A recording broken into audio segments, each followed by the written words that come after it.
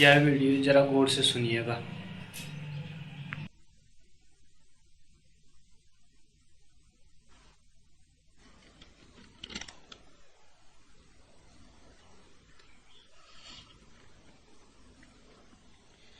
रंगी रंगी चंदन चढ़ा वहूँ साईं के लिलार रे।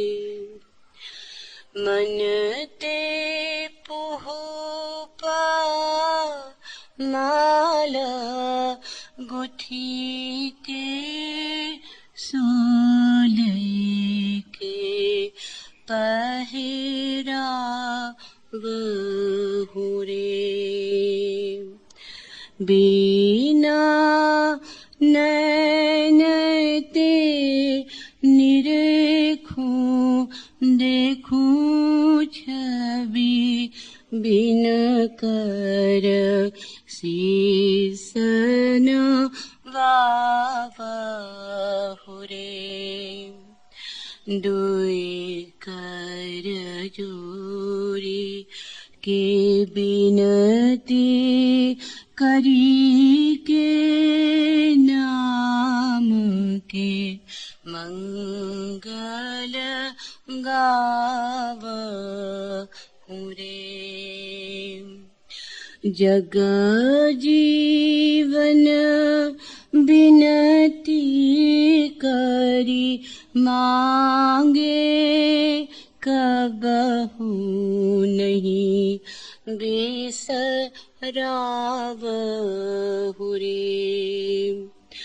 जग जीवन बिनती करी मांगे कबहू नहीं बिसरावहु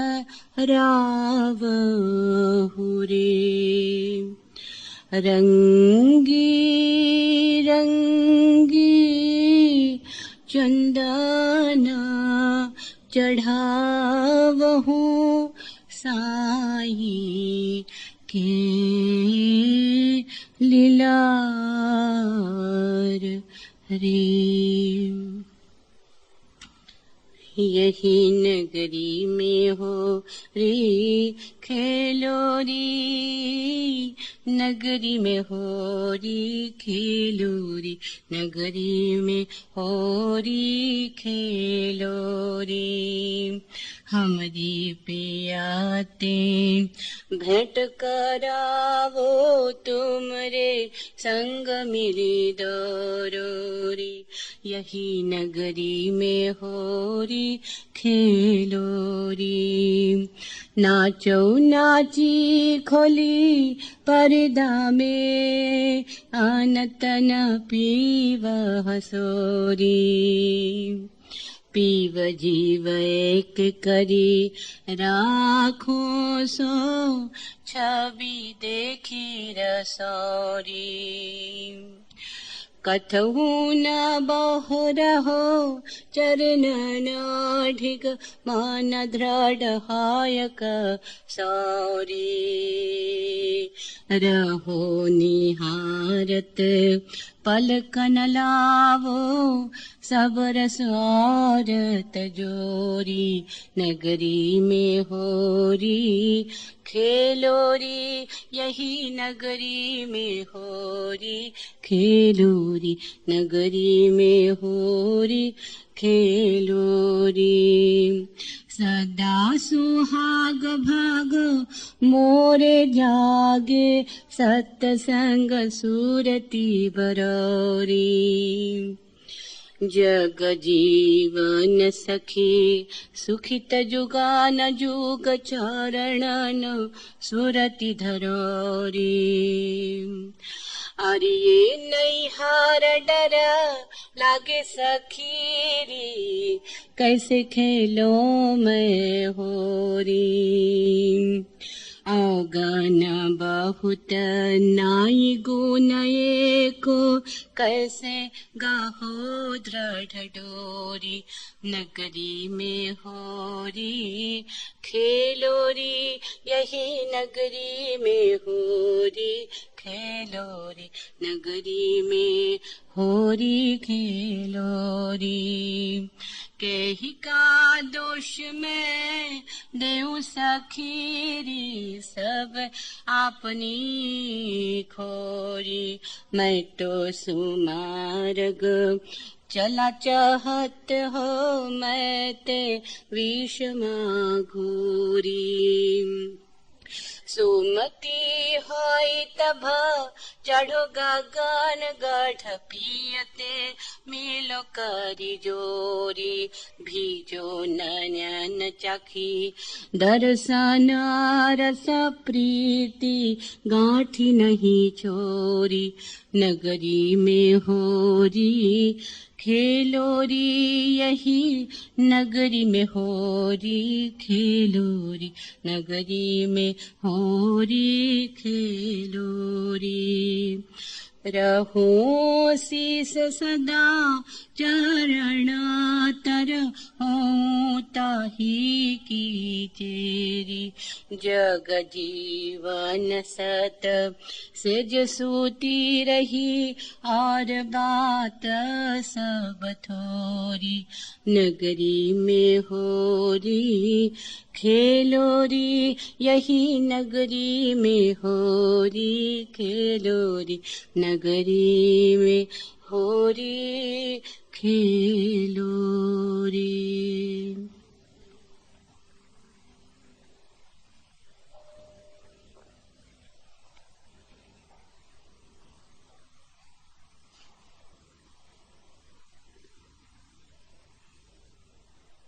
शहर तक समय महफिल, मैंने जल बुझने की ठानी है, हमें ये देखना है खाक हो जाते हैं हम कब तक।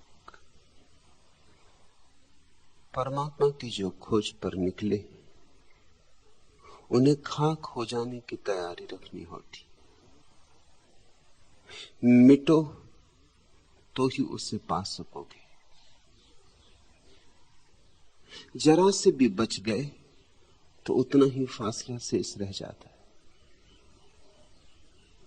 तुम्हारा मिटना ही उसका होना है, तुम्हारा मिटना ही उससे मिलना है। इसलिए जिससे ये बात साफ नहीं, वह जन्मों जन्मों तक भटकता रहे, खोजता रहे, पाएगा नहीं। शहर तक समय महफिल, मैंने जल बुझने की ठानी है, हमें ये देखना है खाक हो जाते हैं हम कब तक। मिटने की तैयारी ही उसकी एकमात्र साधना है। मैं विदा हो जाए, समग्र रूपेण विदा हो जाए तो द्वार खुल जाता है। मैं के अतिरिक्त और कोई ताला नहीं है उसके द्वार पर, तुम ही बाधा हो। लोग सोचते हैं कोई और बाधा है, लोग सोचते हैं अज्ञानी हूं, थोड़ा ज्ञान हो जाएगा तो बाधा मिट जाएगी, पापी हूं, थोड़ा पुण्य कर लूंगा तो बाधा मिट जाएगी। नहीं, न तो पुण्य से बाधा मिटेगी, न ज्ञान से बाधा मिटेगी। जब तक तुम हो बाधा रहेगी। अज्ञानी होकर रहो तो बाधा रहेगी, ज्ञानी होकर रहो तो बाधा रहेगी, पापी होकर रहो तो बाधा रहेगी, पुण्यात्मा होकर रहो तो बाधा रहेगी। फिर ताला लोहे का है कि सोने का फर्क नहीं पड़ता, ताला ताला है, दरवाजा नहीं खुलेगा सो नहीं खुलेगा। मिटना होगा, खाक हो जाना होगा, जैसे दिया बुझ जाता। इसलिए बुद्ध ने उस परम अवस्था को निर्वाण कहा। निर्वाण का अर्थ है दिए का बुझ जाना। जैसे दिया बुझ जाता है ऐसे तुम बुझ जाओ तो सूरज प्रकट हो जाए। तुम्हारे दिए की टिमटिमाती लौ ने सूरज को छिपा रखा है। जरा सी किरकिरी आंख में पड़ जाती, पहाड़ ओझल हो जाते। ऐसी जरा सी ही किरकिरी है अहंकार की, पर उसी की आड़ में, उसी के ओट में सब कुछ छिप गया है। कैसे यकीन कि तुम देखने को आओगे, आखिरी वक्त मगर इंतजार और सही। अंत तक, ठीक अंत तक भी उसका आगमन नहीं होता, अंत हो जाने के बाद ही होता है। जरा से भी बच गए हो तो उतनी ही बाधा शेष रह गई है। सिद्ध कौन है? जो शून्य, जो परिपूर्ण शून्य है, जो है ही नहीं, जिसके भीतर जाओ तो रिक्तता है, कोरा आकाश, न विचार के बादल रह गए, न अहंकार की गांठ रह गई। फिर घटना घटती, फिर आ जाती सुहाग की घड़ी, होली का परम क्षण आ जाता है। उनको बुला के और पसीमा हुए जिगर, ये क्या खबरती होश में आया न जाएगा। फिर बेहोशी और मस्ती का क्षण आता, फिर जीवन में नृत्य है, फिर जीवन नृत्य है, फिर जीवन में रंग है, फिर जीवन रंग है। उसके पहले बेरंग है जीवन, उसके पहले नाम मात्र को ही जीवन है। जीवन कहां? श्वास के लेने का नाम तो जीवन नहीं। श्वास तो पशु भी ले लेते। हृदय के धड़कने का नाम तो जीवन नहीं। पशु पक्षियों के भी हृदय धड़क रहे। जिसने श्वास और हृदय के धड़कने को ही जीवन समझ लिया, उसने यात्रा शुरू ही नहीं की, उसने पहला कदम भी नहीं उठाया। जीवन तो तब है जब परम जीवन का अनुभव, शाश्वत जीवन का अनुभव। ये सांसें तो टूट जाएंगी। असली सांस कब लोगे? जो टूटती नहीं। ये धड़कन तो बंद हो जाएगी। ये हृदय असली हृदय नहीं है।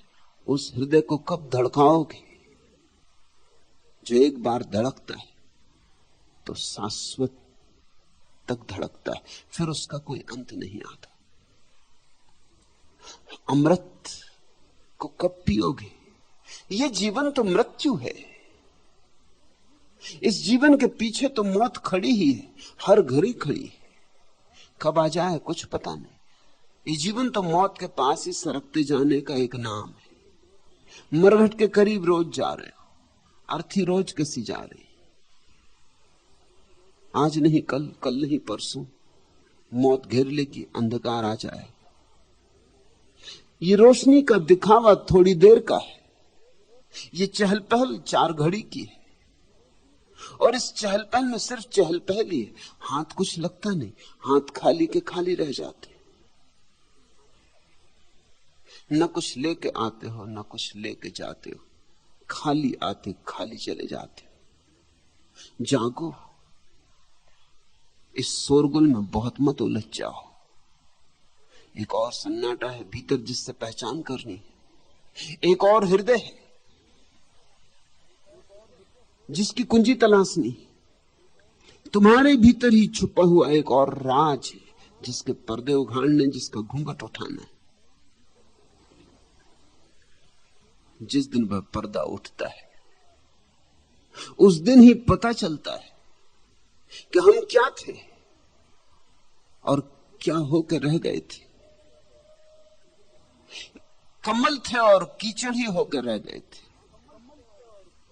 कमल की संभावना थी और हमने कीचड़ को ही अपना होना मान रखा था। राम थे और काम ही होकर रह गए थे। विराट थे और बड़े क्षुद्र में अपने को बांध लिया था। सारा आकाश थे, मुक्त आकाश थे, और कितने छोटे छोटे छित्र से आंगनों में आबद्ध हो गए थे। जो खोजने चलता है उसे ये दिखाई पड़ना शुरू हो जाता है कि यह जीवन तो असली जीवन नहीं। इस जीवन से तो उसका चित्त निराश हो जाता है। इस जीवन से तो हताश हो जाते हैं उसके प्राण। और जिसने असार को असार की तरह जान लिया, अब ज्यादा देर नहीं सार को सार की तरह देखने में। व्यर्थ को व्यर्थ की तरह पहचान लिया तो सार्थक के बहुत करीब आ गए। झूठ को झूठ की तरह पहचान लेना सत्य को सत्य की तरह पहचान लेने की अनिवार्य मंजिल है। रंग रंग चंदन चढ़ावो साईं के लिलार रे। और जो खोजने निकलता है और इतनी कीमत चुकाने को राजी कि खाक होना पड़े तो खाक हो जाए, जो सूली पे चढ़ने को राजी है उसे सिंहासन मिलता है। आ जाती वह अमृत घड़ी, रंग रंग चंदन चढ़ाऊं साईं के लिलार रे, कि उस प्यारे के ललाट पर चंदन का टीका लगाने का मौका आ जाता है।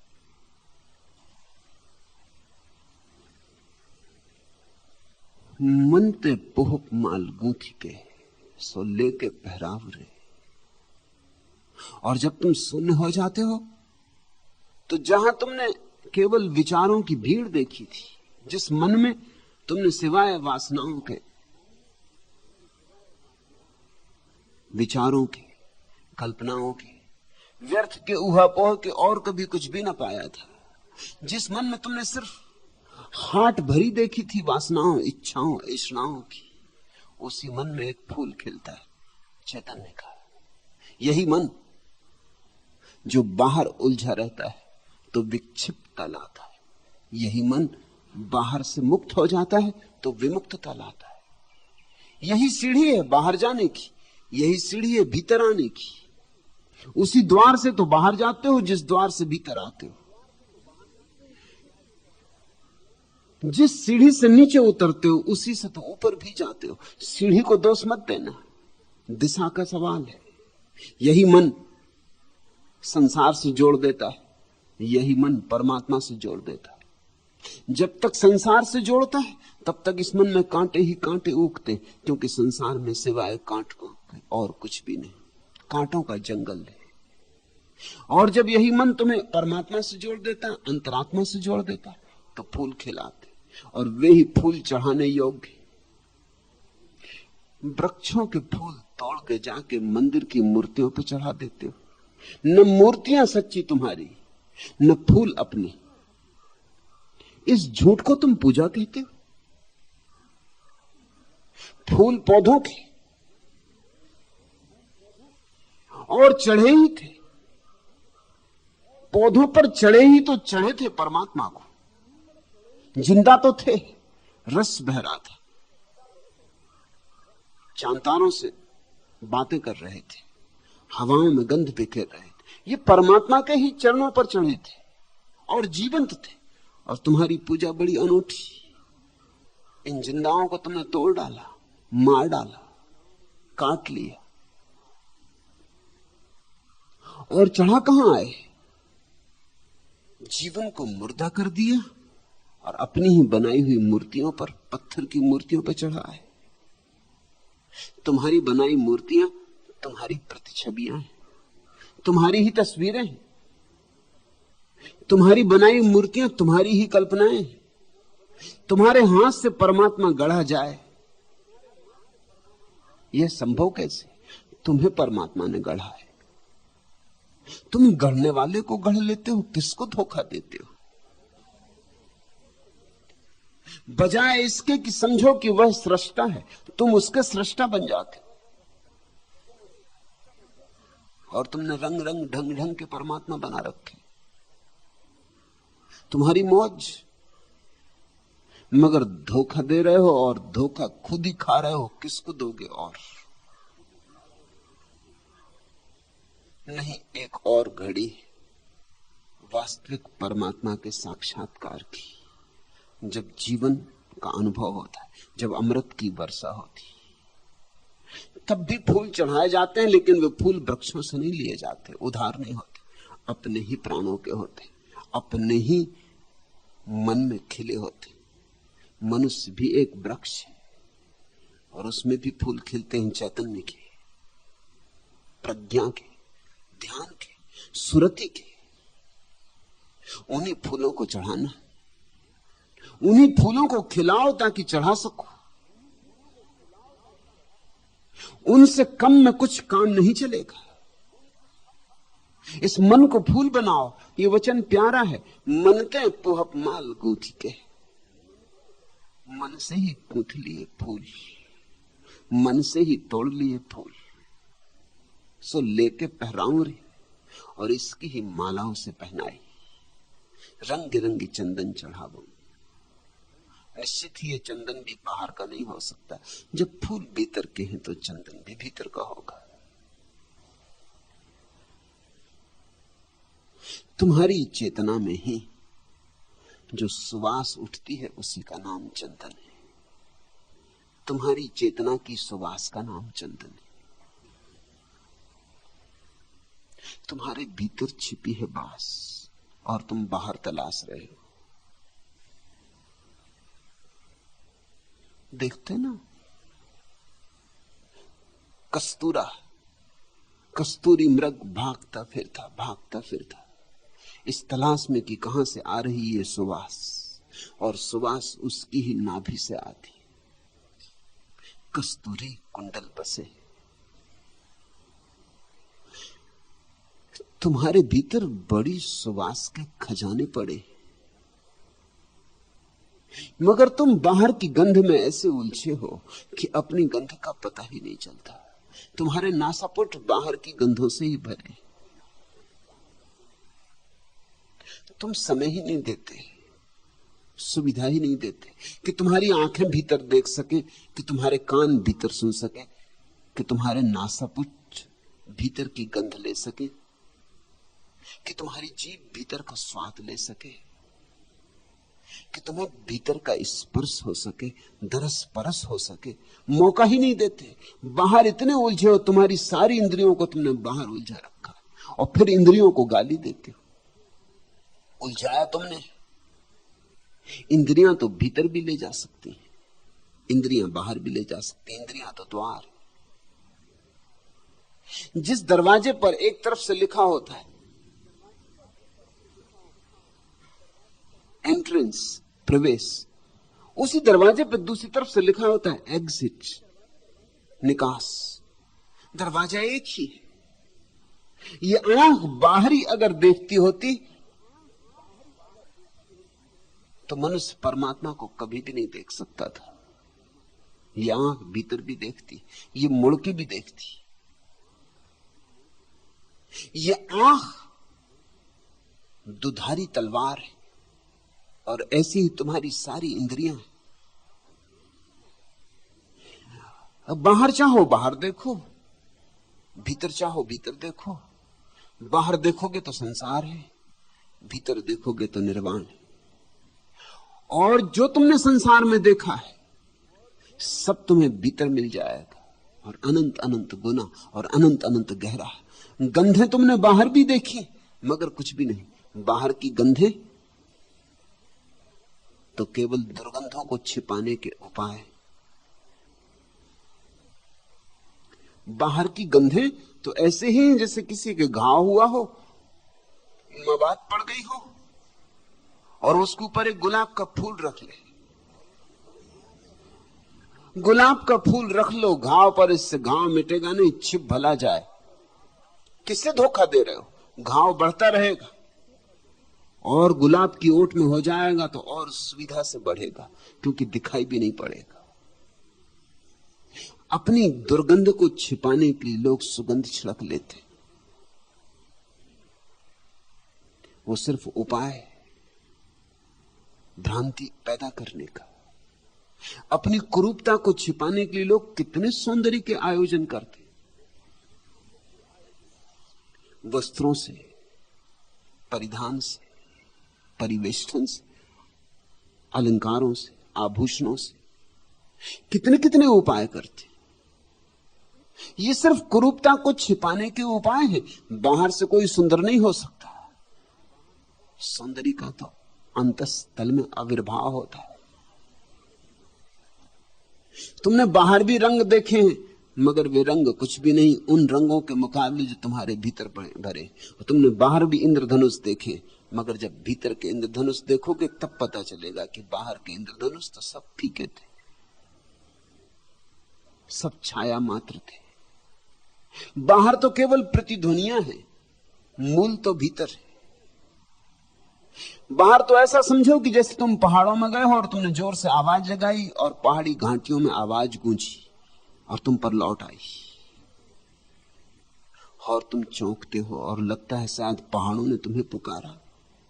बाहर प्रतिध्वनि हो रही है, गूंज का असली मूल तुम्हारे भीतर है। वहां चंदन के रंग भी, चंदन की सुवास भी, वहां फूल भी खिलते हैं, वहां सहस्त्रार का परम फूल भी खिलता है, और उसी को परमात्मा के चरणों में चढ़ाया जा सकता है, उसी की माल बनाई जा सकती है। बिना नैनते निरखूं देखूं छवि। और जब आंख भीतर मुड़ती है तो आंख में एक रूपांतरण हो जाता है, एक क्रांति हो जाती। जब आंख बाहर देखती है तो देखने वाला और दिखाई पड़ने वाली चीज अलग अलग होती, दृष्टा और दृश्य का भेद होता है। जब आंख भीतर मुड़ती है तो देखने वाला भी वही होता है, दिखाई पड़ने वाला भी वही होता है। वहां दृश्य और दृष्टा एक हो जाते। वहां तो दो कैसे होंगे? वहां जानने वाला और जो जाना गया एक होता है, वहां भक्त और भगवान एक होता है। वहां सब द्वैत मिट जाते। वही असली दर्शन है जहां दृश्य और दृष्टा दोनों एक में ही खो जाएं। बिना नैन ते निरखूं देखूं छवि। देखने वाला तो बसता ही नहीं वहां, तब बड़ा चमत्कार अनुभव होता है, बड़े रहस्य का जन्म होता है। चौंक पड़ता है मनुष्य, अवाक रह जाता है। बिना नैन ते निरखूं देखूं छवि, बिनकर शीस नवाऊं रे। और वहां तो कोई सिर नहीं है, वहां तो कोई हाथ भी नहीं है भीतर, मगर बिना हाथ के भी हाथ जुड़ते और बिना शीस के भी शीस झुकता है। और वही असली झुकना है। बाहर का शीस तो तुमने बहुत बार झुकाया, मगर झुकता कहां है? झुक झुक के अकड़ जाता है।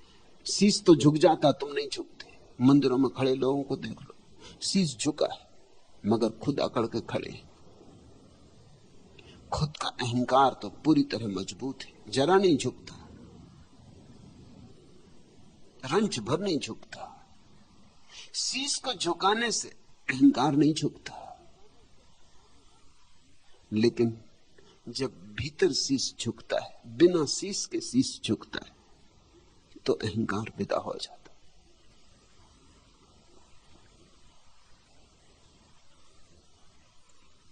और फिर एक बार जो भीतर दिखाई पड़ जाए, भीतर सुनाई पड़ जाए, तो फिर सब तरफ उसकी झलक दिखाई पड़ने लगती। पास से अदब से छुप न सका राज्य हुस्न इश्क, जिस जहां तुम्हारा नाम सुना सर झुका दिया। फिर तो कोई नाम ही ले दे कहीं, याद आ जाती उसकी। रामकृष्ण को रास्तों तक ले जाने में मुश्किल हो जाती थी।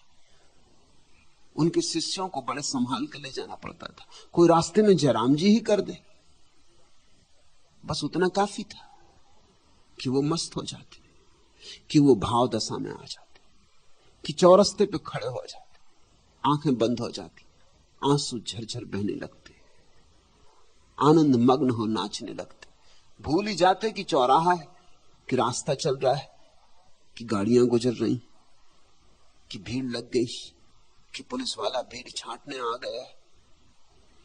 उन्हें फिर कुछ भी याद न रहती, नाम भी कोई ले देता। एक शिष्य के घर विवाह था, उसकी बेटी का विवाह था। उसने बहुत प्रार्थना की रामकृष्ण को कि आप आए। उन्होंने कहा मैं आऊं। दूसरे शिष्यों ने कहा बेहतर है ना ले जाओ। कोई झंझट हो गई तो दूल्हा और दुल्हन तो एक तरफ रह जाएंगे। मगर भक्त नहीं माना तो रामकृष्ण गए और जो होना था वही हुआ।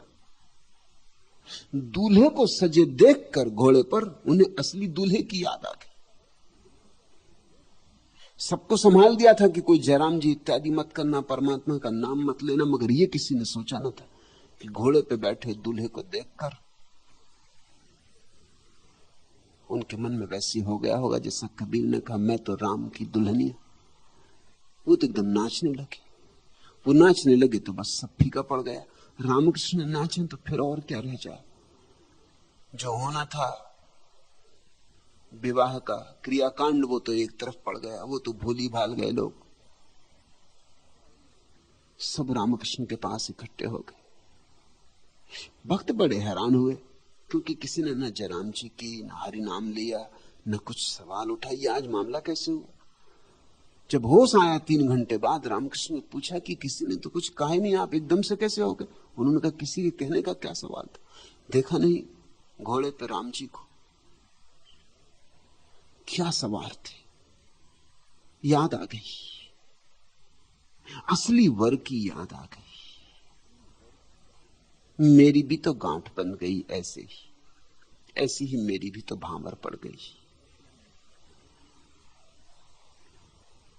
फिर न संभाल सका। भीतर झुक जाओ फिर तो बाहर भी झुकोगे। फिर मैं तुमसे कहता हूं पत्थर की मूर्ति के सामने भी झुक जाओगे तो तुम उसी के सामने झुक रहे हो, मगर तब तक नहीं जब तक भीतर की पहचान नहीं। फिर तो वृक्ष के सामने झुकोगे तो भी उसी के सामने झुक रहे हो, क्योंकि उसी की हरियाली है वहां। फिर तो तुम किसी के भी सामने झुक जाओगे। झुकना तुम्हारा जीवन का ढंग हो जाएगा, तुम झुके ही जीने लगोगे। तुम्हारे भीतर झुकाव एक शैली बन जाएगी, एक सहज भाव दशा। ठेस लग जाए ना उनकी हसरत दीदार को, ए हुजूम गम संभलने दे जरा बीमार को। फिक्र है जाहिद को हूरो कौसरो तस्नीम की, और हम जन्नत समझते हैं तेरे दीदार को। भक्त तो कहते हैं कि हमें बस इतना काफी कि तेरा दीदार हो जाए, कि तू दिखाई पड़ जाए। फिक्र है जाहिद को हौरो कौसरो तस्नीम की, लेकिन वे जो तपस्वी हैं तथा कथित, विरागी हैं तथा कथित, उनको बड़ी आकांक्षाएं हैं। उनको आकांक्षाएं हैं कि स्वर्ग मिले, स्वर्ग में स्वर्ण महल मिले, सुंदर अप्सराएं मिले, उर्वशियां उनके पैर दाबे और गंधर्व उनके आसपास वीणा बजाएं और शराब के चश्मे बहे और कल वृक्ष हो और उनके नीचे बैठ के वो जो मर्जी हो पूरा करे।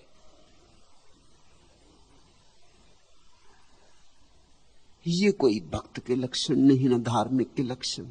ये तो वही आकांक्षाएं, वही संसार।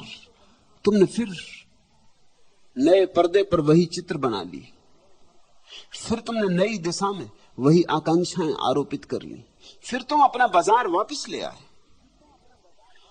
पुराणों में जो स्वर्गों की कथाएं हैं, स्वर्गों के जो वर्णन हैं, अगर गौर से समझोगे, तुम्हारे चित्त के वर्णन है, स्वर्गों के नहीं। तुम्हारी वासनाओं के वर्णन है, स्वर्गों के नहीं। स्वर्ग कोई स्थान नहीं, स्वर्ग तो उसके दीदार में मिट जाने का नाम है। स्वर्ग तो उसके दर्शन में तिरोहित हो जाने का नाम है। स्वर्ग तो उसके दरस परस का ही नाम है, कोई स्थान नहीं कि जहां कल्प वृक्ष लगे हैं जिनके नीचे तुम बैठोगे। कल्प वृक्ष की कल्पना ही बताती है कि तुम्हारे मन में अधूरी रह गई है वासनाएं, यहां पूरी नहीं कर पाए, वहां पूरा करोगे। और वहां पूरा करने के लिए यहां तुम वासनाओं को दबा रहे हो, उनसे लड़ रहे हो। जरा पागलपन देखो, जरा तुम्हारा गणित समझो। अगर वासनाएं गलत हैं तो यहां भी गलत है, वहां भी गलत होंगी। अगर शराब गलत है तो यहां भी गलत है, वहां भी गलत होगी। मगर मजा देखो, यहां तो जरा से कुल्हड़ में शराब पीना पाप है, और वहां झरने बह रहे हैं कि पियो दिल भर के, कि डुबकी मारो। यहां तुम्हारे साधु संत तुमसे कहे जाते हैं सावधान, स्त्री से सावधान, और वहां सुंदर स्त्रियां मिलेंगी इसी सावधानी के परिणाम में। ये गणित कैसा है? ये तो बड़ी चालबाजी हो गई, ये तो बड़ा लोभ और लालच हो गया। ये तो ऐसा हुआ कि यहां की साधारण स्त्रियां छोड़ी वहां की असाधारण स्त्रियों को पाने के लिए। वहां की स्त्रियां असाधारण। मनुष्य के मन ने कैसी कल्पनाएं की हैं कि वहां की स्त्रियों की उम्र नहीं बढ़ती, बस 16 साल पर रुकी है सो रुकी। उर्वशी अभी भी 16 साल की। हजारों साल बीत गए, ऋषि मुनि आते रहे जाते रहे, उर्वशी 16 साल की है सो 16 साल की। वहां कोई बूढ़े नहीं होते। ये तुम्हारी आकांक्षा है, ये तुम्हारी मनोवासना है। तुम यहां भी नहीं चाहते कि बुढ़ापा आए, मगर यहां तुम बेबस हो। आता है, क्या करोगे? बहुत छिपाते हो, बहुत रोकते हो, बहुत संभालते हो, आ जाता है। मगर कम से कम स्वर्ग की कल्पना में ही मन को रमाते हो। वहां भी तुम यही भोग कल्पना कर रहे हो। ये कोई त्याग नहीं है। फिर असली त्यागी कौन है? असली त्यागी वही है जो कहता है परमात्मा का दर्शन हो गया, सब मिल गया, और हम जन्नत समझते हैं तेरे दीदार को। इससे ज्यादा की मांग संसार की मांग है। फिर तुमने परमात्मा से भी ऊपर कोई चीजें अभी रखी। तुम जरा सोचो, अगर तुमसे कोई कहे कि परमात्मा से तुम्हारा मिलन हो जाएगा, तो तुम कौन सी 3 चीजें मांगोगे? तत्क्षण तुम्हारा चित्त फेरिस्त बनाने लगेगा। कभी बैठ के एक क्षण को सोचना कि परमात्मा से मिलना हो जाए, तो तैयारी तो कर लो। फेरिस्त मांगोगे क्या? कम से कम 3 चीजें तो तय कर लो,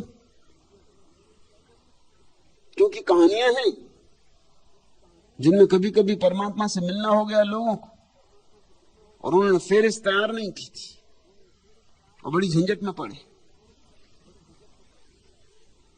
क्योंकि जो मांगा उससे मुसीबत हो गई। गलत सलत मांग लिया, बिना सोच समझ के मांग लिया। ऐसी बहुत कहानियां हैं।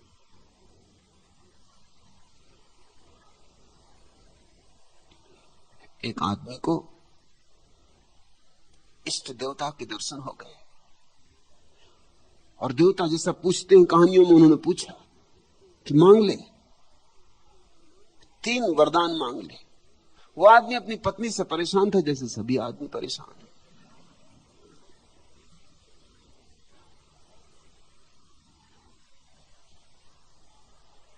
तो उसने कहा कि ठीक, ये मेरी पत्नी मर जाए।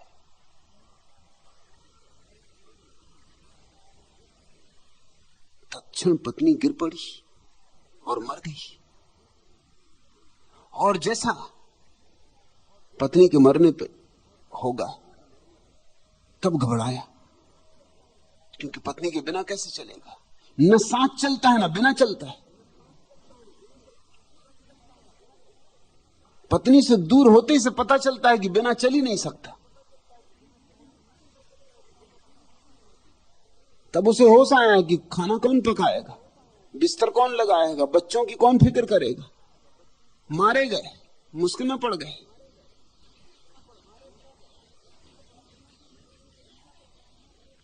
जल्दी से प्रार्थना की कि पत्नी को जिंदा करो। उसमें दूसरा वरदान भी खत्म हो गया। बात वहीं की वहीं, पत्नी जिंदा हो गई।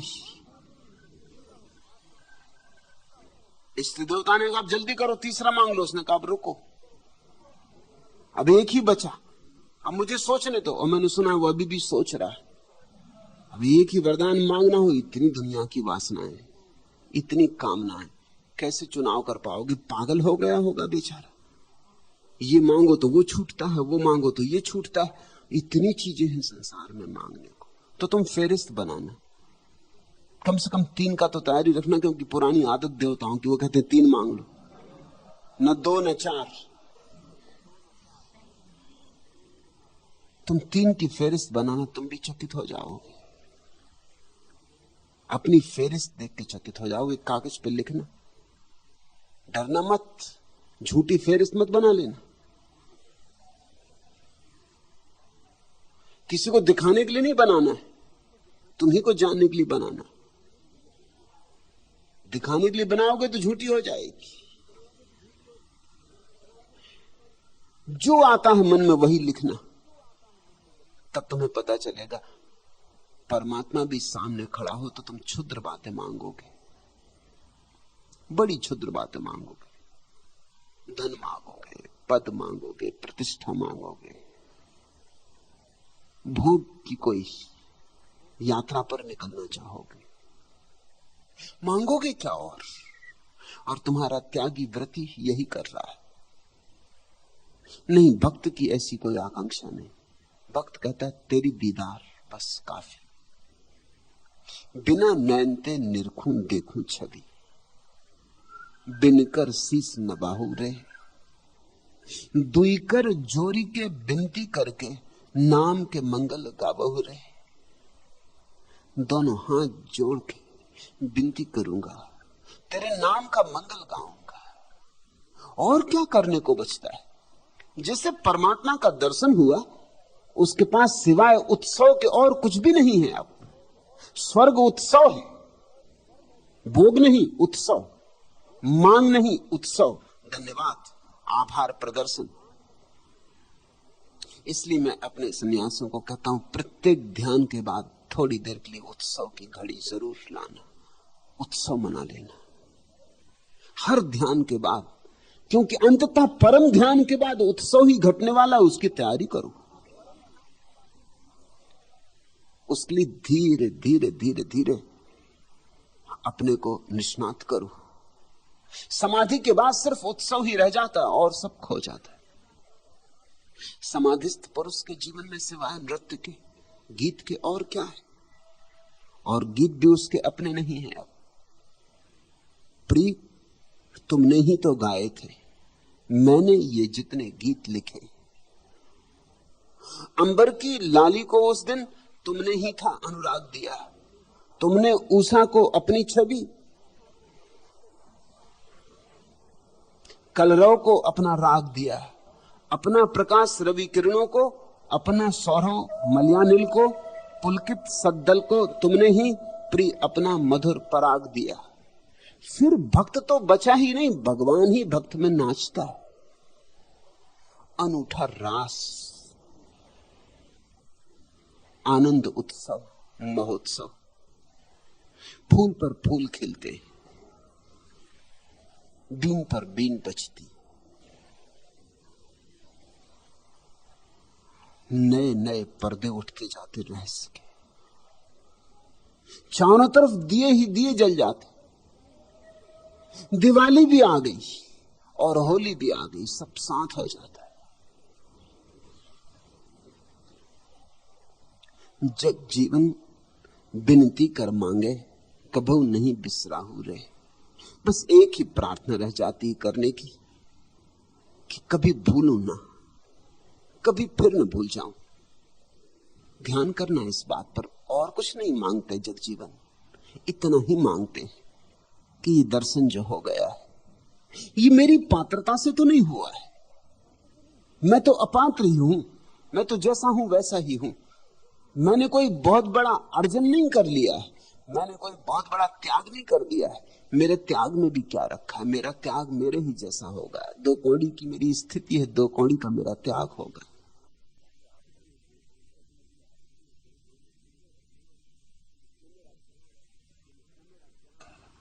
न मेरा ज्ञान है, न मेरा ध्यान है। और तुम आ गए, अनायास तुम आ गए हो। अतिथि बन के तुम मौजूद हो गए हो, तुमने द्वार पे दस्तक दे दी। ये दस्तक देते रहना और मुझे याद दिलाते रहना। मैं तो ना समझ हूं, भूल भी सकता हूं, पा के भी चूक सकता हूं। तुम्हें देख लिया फिर भी विस्मरण कर सकता हूं। भक्त यही कहता है, यही निवेदन करता है कि तुम्हें देख लिया, अब विस्मरण होना नहीं चाहिए। लेकिन मुझे अपनी अपात्रता का पता है, मुझे अपने अज्ञान का पता है, मैं फिर अंधेरी रात में खो सकता हूं। ये पूर्णिमा जो आज मेरे जीवन में आई है फिर अमावस बन सकती है। अगर मुझ पे ही निर्भर रहा तो अमावस बन ही जाएगी। तुम्हारे सहारे की अब मुझे और भी जरूरत होगी। अब दर्शन दिया है तो अब विस्मरण ना हो पाए।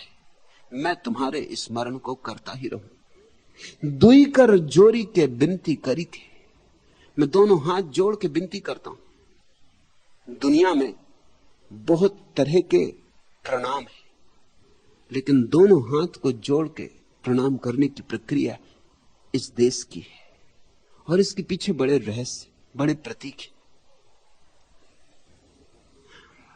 अब तो वैज्ञानिक अनुसंधान भी इस बात के करीब आ रहा है। विज्ञान की नई खोजें कहती हैं कि मनुष्य का मस्तिष्क 2 हिस्सों में बटा हुआ है। जो दाएं तरफ का हिस्सा है मनुष्य के मस्तिष्क का, वो बाएं हाथ से जुड़ा है, और जो बाएं तरफ का हिस्सा है मस्तिष्क का, वो दाएं हाथ से जुड़ा है। उल्टा, क्रॉस के जैसा।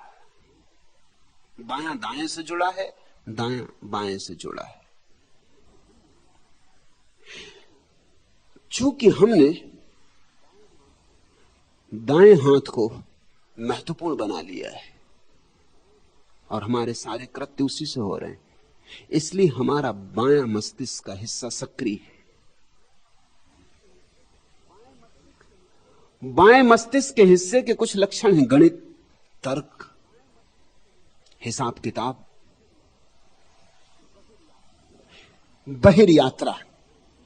और शायद इसीलिए दायां हाथ महत्वपूर्ण हो गया। अब विज्ञान इस खोजबीन में लगा है, शायद इसीलिए दायां हाथ महत्वपूर्ण हो गया, क्योंकि बाएं मस्तिष्क को सक्रिय करने के लिए दाएं हाथ को सक्रिय रहना जरूरी है।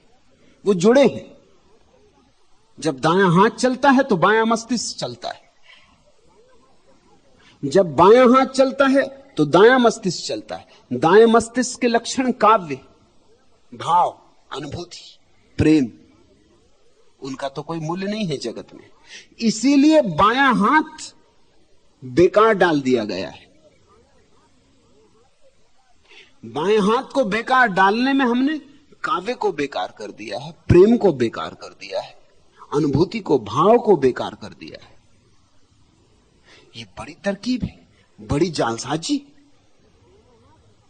ये दोनों हाथ समान रूप से सक्रिय हो सकते हैं भविष्य में,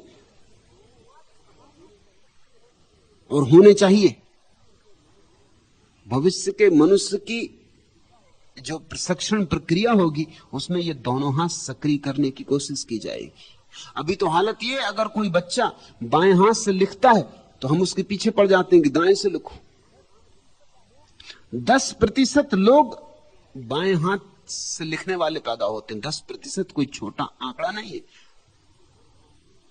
100 में 10 आदमी बाएं हाथ से लिखने वाले पैदा होते, लेकिन मिलेंगे तुमको शायद एक आध ही आदमी मिलेगा 100 में जो बाएं से लिखता हो। बाकी 9 को हम धक्का मार मार के, सजा दे दे के, स्कूल में मार पीट के दाएं हाथ से लिखवाने लगते। उसके पीछे कारण है, समाज तर्क को मूल्य देता है, काव्य को नहीं। समाज गणित को मूल्य देता है, प्रेम को नहीं। समाज हिसाब किताब से जीता है, भाव से नहीं। ये भाव की हत्या की खूब तरकीब निकाली, मगर हजारों हजारों सदियों से तरकीब चल रही और हमारा मस्तिष्क का आधा हिस्सा बिल्कुल निष्क्रिय होकर पड़ा है। दोनों हाथों को एक साथ रख के जोड़ने में प्रतीक है कि हम दोनों अंगों को जोड़ते हैं, हम इकट्ठे होकर नमस्कार कर रहे हैं। हम दोनों मस्तिष्कों को एक साथ लाकर नमस्कार कर रहे हैं। हमारा तर्क भी तुम्हें निवेदन है, हमारा प्रेम भी तुम्हें निवेदन है, हमारा गणित भी, हमारा काव्य भी, हमारा स्त्रीण चित्त भी, हमारा पुरुष चित्त भी, दोनों समर्पित है। हम इकट्ठे होकर समर्पित हैं। अब भेद है, पश्चिम में लोग हाथ मिलाते, उसमें एक ही हाथ का काम होता है, वो आधे मस्तिष्क का कृत्य है, उसमें समग्र मनुष्य समाहित नहीं। दोनों हाथ को जोड़ने में समग्रता समाहित है। हम दुई को मिटाने की कोशिश कर रहे हैं, दो नहीं एक। इसलिए परमात्मा के सामने दोनों हाथ जोड़ते हैं। जहां भी निवेदन करते हैं वहां दोनों हाथ जोड़ते हैं। जब तुम दोनों हाथ जोड़ते हो एक साथ, तो तुम्हारा मस्तिष्क और तुम्हारे दोनों हाथों की ऊर्जा वर्तुलाकार हो जाती, विद्युत वर्तुल में घूमने लगती। यह सिर्फ प्रतीक ही नहीं है, वस्तुतः यह घटना घटती है। इसलिए ध्यान में कहा जाता है पद्मासन। पद्मासन में एक पैर दूसरे पैर से जुड़ जाता है, और हाथ पर हाथ रख लो तो हाथ भी एक दूसरे से जुड़ जाते। तुम्हारा पूरा शरीर एक हो गया, तुम्हारा द्वंद्व टूट गया भीतर। तुम्हारे शरीर में विद्युत की ऊर्जा वर्तुलाकार घूमने लगी। ये जो वर्तुल है विद्युत का, बड़ा शांतिदायी है। इसलिए पद्मासन, सिद्धासन बड़े वैज्ञानिक आसन है। सुगमता से चित्त शांत हो सकेगा, सरलता से चित्त शांत हो सकेगा। शरीर को जोड़कर हमने मस्तिष्क के दोनों खंडों को जोड़ दिया। दोनों मस्तिष्क के खंड जुड़ जाएं तो हमारे भीतर जो भाव का और विचार का द्वंद्व है वो समाप्त हो जाता है। विज्ञान और धर्म का जो द्वंद्व है वो समाप्त हो जाता है। दोनों हाथों को जोड़ के नमस्कार करना बड़ा वैज्ञानिक है। ऐसे हाथ मिलाने से मत बदल लेना, वो बहुत सस्ता है, उसका कोई मूल्य नहीं, उसकी कोई वैज्ञानिकता नहीं। दुई कर जोरी के विनती करके नाम के मंगल गाऊ रे। अब तो कुछ और बचा नहीं, दुई मिटा दी, एक हो गया। और अब एक होने के बाद सिवाय मंगल गाने के और क्या बचता है? मंगल ही मंगल है। जग जीवन विनती कर मांगे, कबो नहीं बिसराऊं रे। कभी बिसराऊं ना, कभी बोलूं ना, क्योंकि जिसने एक बार जान लिया है फिर बिसराना बहुत दुखद हो जाता है, बहुत दुखद हो जाता है। इससे तो अच्छा था न जानना। स्वाद नहीं लगा था तो विषाद भी नहीं था, स्वाद लग गया फिर अड़चन होती। जिसने शराब पी ली फिर उसे पता है शराब का रस, शराब की मस्ती। जिसने कभी पी ही नहीं उसे न मस्ती का पता है न रस का पता है, उसे कोई अड़चन भी नहीं, उसे याद भी नहीं है। इश्क ने तोड़ी सर पे कयामत, जोरे कयामत क्या कहिए, सुनने वाला कोई नहीं, रुदा दे मोहब्बत क्या कहिए। जब से उसने फेर ली नजरें, रंग तबाही, आह न पूछ, सीना खाली, आंखें वीरा, दिल की हालत क्या कहिए। अगर उससे नजर मिलके फिर नजर चूकी तो जब से उसने फेर ली नजरें, रंग तबाही, आह न पूछ, फिर तबाही का रंग ना पूछो, फिर तबाही का हाल ना पूछो।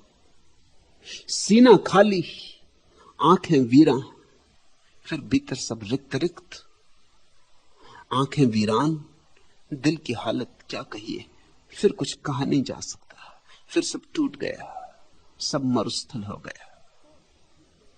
कल तक तो झूठे गुलिस्तान में जीते थे, कल तक तो भ्रामक सपनों में जीते थे। उससे आंख क्या मिली, सपने तो टूट गए। अब सपनों से तो अपने को भर ना सकोगे, और अब उसका विस्मरण हो गया। सपने भी गए और सत्य का भी विस्मरण हो गया।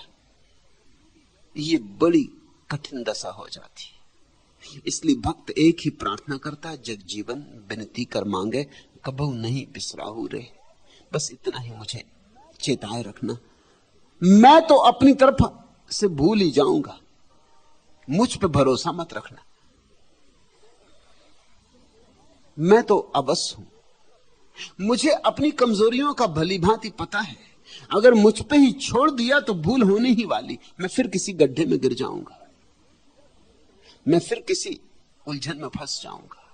मुझे उलझनों में पड़ने की पुरानी आदत है, मेरे पैर अपने आप उलझनों की तरफ बढ़ जाते।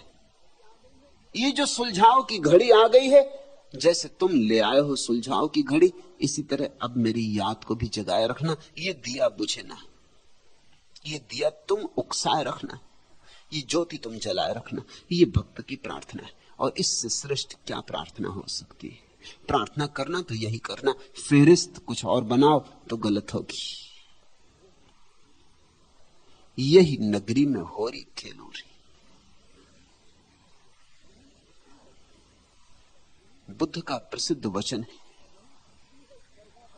यही पृथ्वी है स्वर्गों का स्वर्ग, this very earth the lotus paradise. और यही देह भगवत्ता, and this very body the Buddha. Jagjivan कहते हैं यही नगरी में होली खेलूरी। इसी देह की नगरी में होली का क्षण आ गया, सोचा भी ना था। क्योंकि तथाकथित साधु संत तो यही कहे चले जाते हैं कि शरीर दुश्मन है, शरीर को नष्ट करो। भक्त नहीं कहते ऐसी भ्रांत बात। भक्त कहते हैं शरीर तो उसका मंदिर है, संभालो, साज संभाल रखो। जैसे मंदिर की रखते ऐसे ही देह की भी साज संभाल रखो, ये उसका मंदिर है। सच तो यह है, हमने जो मंदिर बनाए हैं इस देश में, वो पद्मासन में बैठे हुए आदमी की प्रतिमा के रूप में ही बनाए। आदमी जब पद्मासन में बैठे तो जो उसकी प्रतिमा का रूप होगा, जो उसका रूप बनेगा, उसी रूप में हमने मंदिर को भी बनाया है। बुनियाद उसके पैर, फिर मंदिर की चार दीवारें, वो देह, फिर मंदिर का गुंबज, वो मस्तिष्क है, वो सिर है, और फिर ऊपर चढ़ाते हैं स्वर्ण का कलश, वो भीतर खिलने वाले स्वर्ण के फूल का प्रतीक है। यह देह मंदिर, स्वर्गों का स्वर्ग। इससे लड़ना मत, यह परमात्मा की भेंट है तुम्हें। इससे लड़ोगे कृतज्ञता होगी। सुनो, जगजीवन कहते हैं यही नगरी में होरी खेलू रे। इसी नगरी में, इसी देह में, इसी संसार में होली का क्षण आ गया। परमात्मा कहीं और नहीं है, यही है। आंख भर निर्मल हो, आंख भर भीतर देखे, यही है, इसी क्षण है।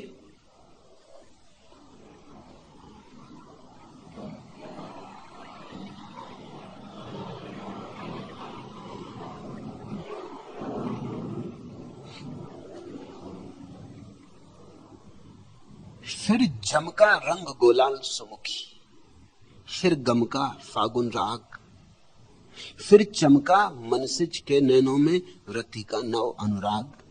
फिर गिर आई है होली, सौरभ से इसलत, मद से अलसित, फिर समय समीरण डोली। उर में अदम उच्छ्वास लिए, सुर में अतृप्ति की प्यास लिए। मंजरित आम की डाली पर फिर काली कोयल बोली। अपने पराग से हो विवल, कलियों ने खोले वक्षस्थल। आकांक्षा की पुलकन बनकर है छलक रहा उनका परिमल। वे झूम झूम, वे बिहस बिहस वितरित करती हैं अपना रस। उनके वैभव पर उमड़ पड़ी फिर से भ्रमरों की टोली।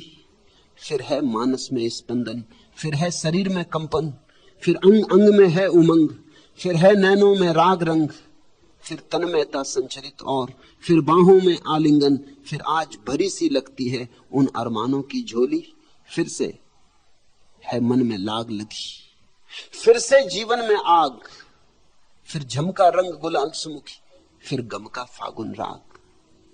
इसी देह में तुम जैसे हो ऐसे ही परमात्मा बरस सकता है।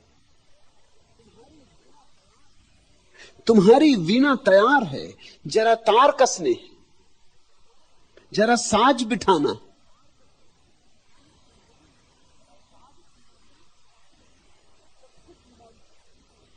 सब कुछ मौजूद है,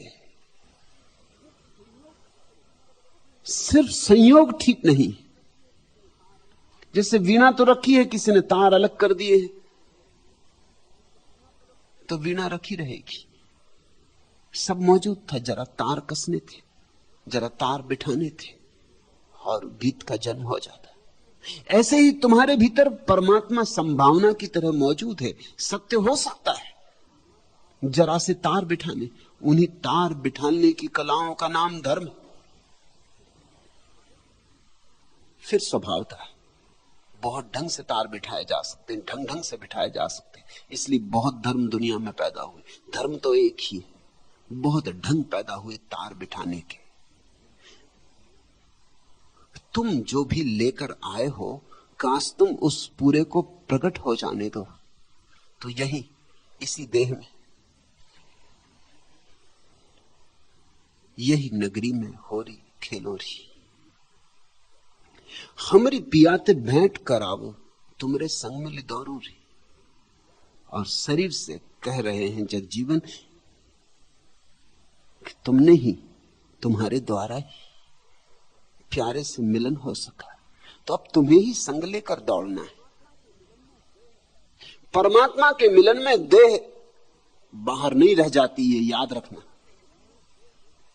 परमात्मा के मिलन में देह उतनी ही समाविष्ट होती है जितने तुम। पदार्थ भी परमात्मा का है उतना ही जितना चैतन्य।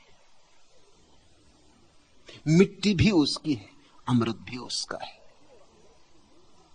तुम मिट्टी और अमृत के मेल हो। जब तुम्हारा अमृत नाचेगा तो तुम्हारी मिट्टी भी नाच उठेगी, और जब स्वर्ग नाचता है तो धरा भी नाचती है। अलग अलग नहीं है ये सब, इनमें कुछ फासला नहीं, भेद नहीं। मिट्टी अमृत का ही सोया हुआ रूप है और अमृत मिट्टी का ही जागा हुआ रूप। This very body the Buddha, यह देह ही तो बुद्धत्व है। यह जगत ही स्वर्गों का स्वर्ग। नाचो नाच खोली पर्दा में, अनत न पीव हंसोरी।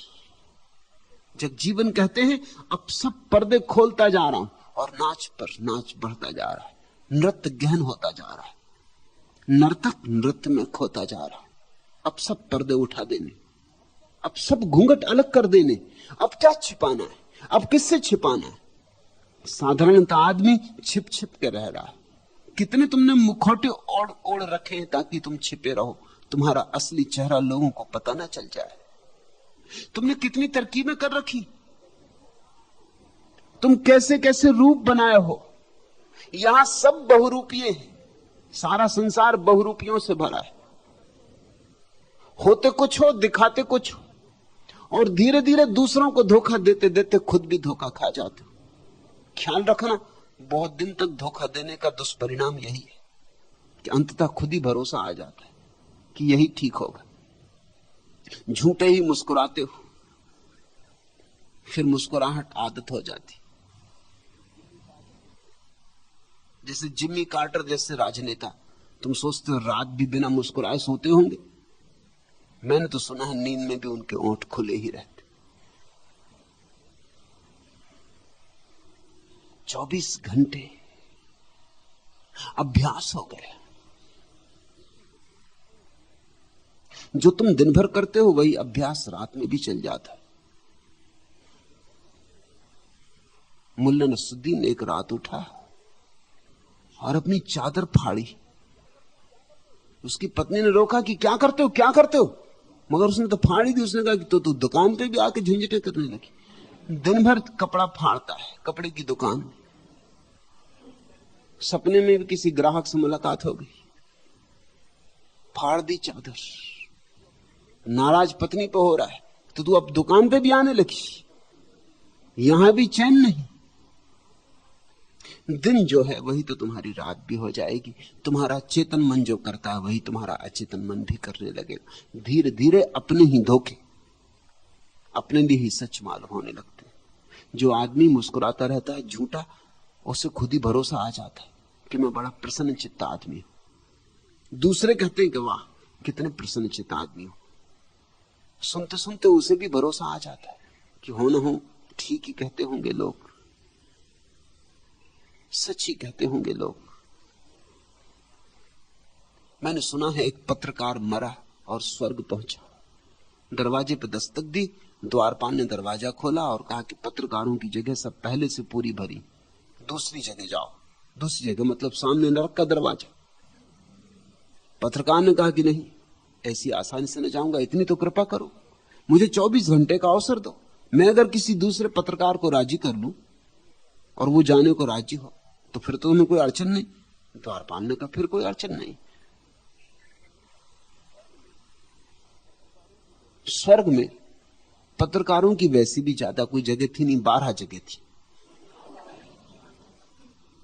वो भी होनी चाहिए जगह, क्योंकि अखबार कोई निकलते नहीं वहां,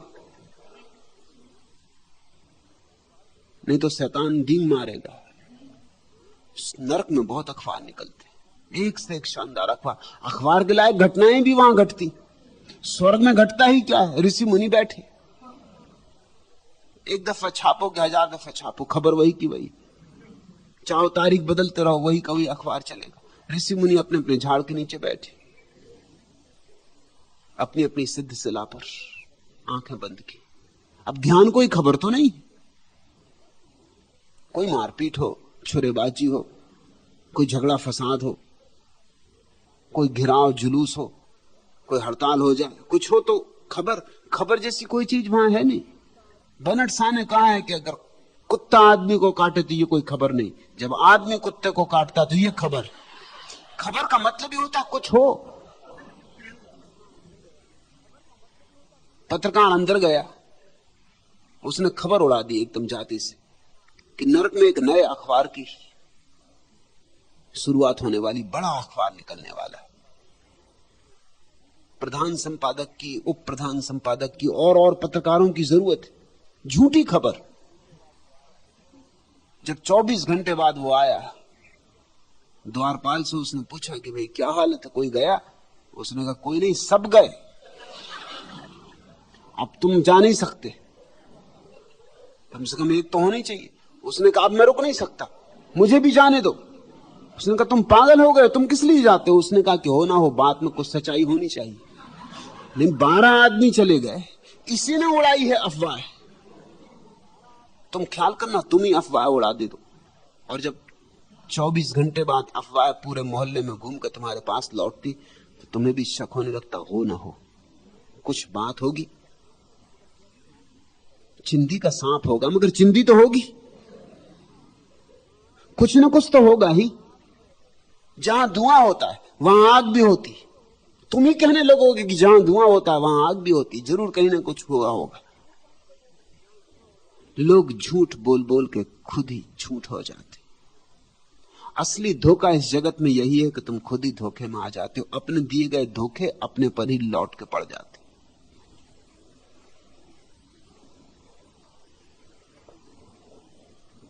और फिर पर्दे पे पर्दे डालने होते, क्योंकि तुम कुछ हो, कुछ दिखलाना चाहते हो।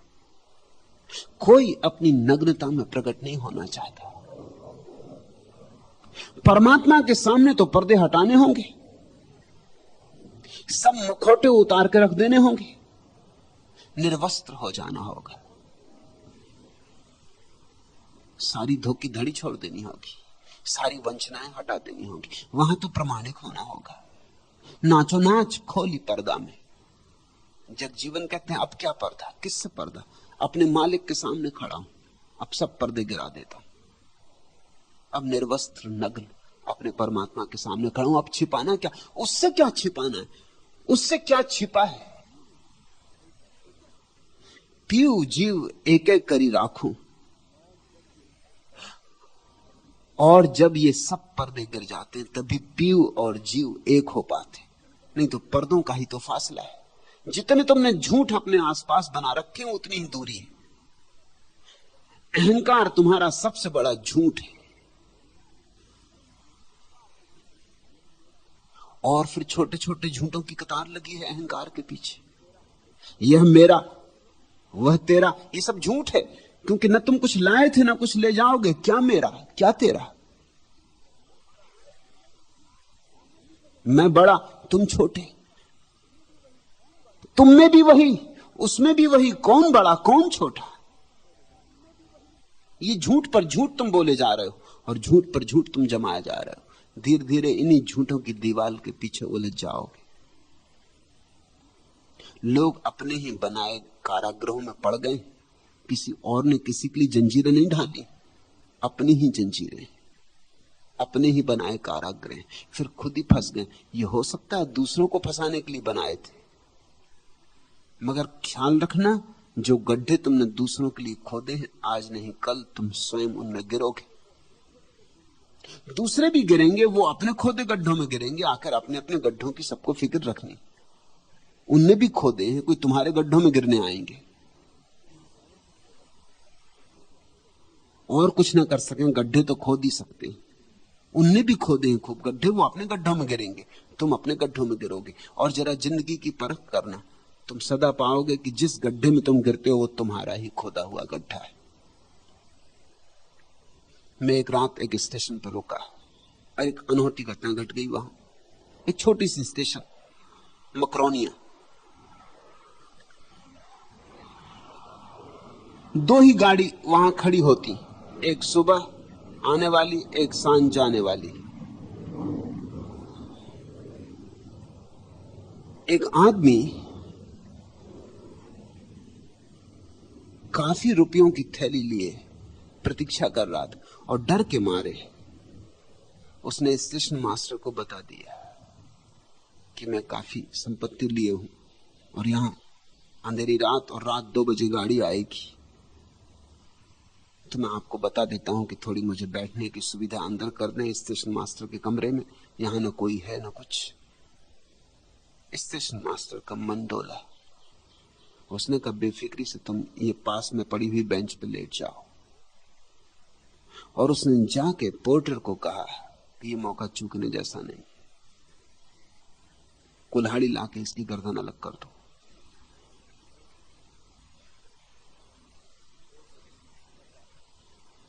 वो पोर्टर प्रतीक्षा करता रहा, कब मौका मिले गर्दन अलग कर दे।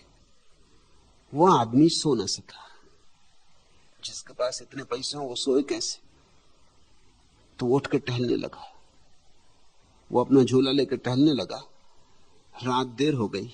स्टेशन मास्टर रोज उसी बेंच पर विश्राम करता था, वो उस पर विश्राम करने लेट गया, और मौका पाके पोर्टर ने उसकी गर्दन अलग कर दी।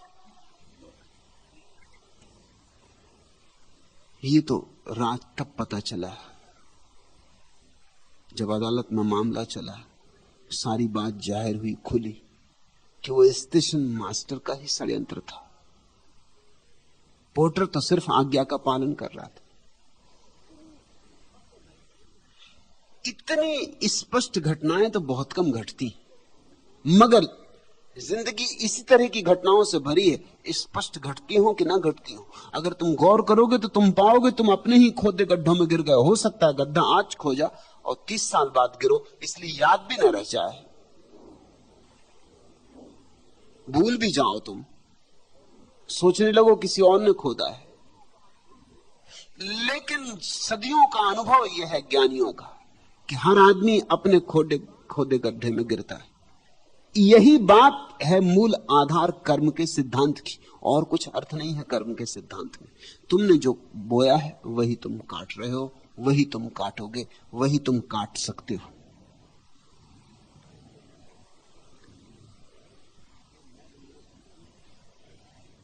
ए महफिले हस्ती,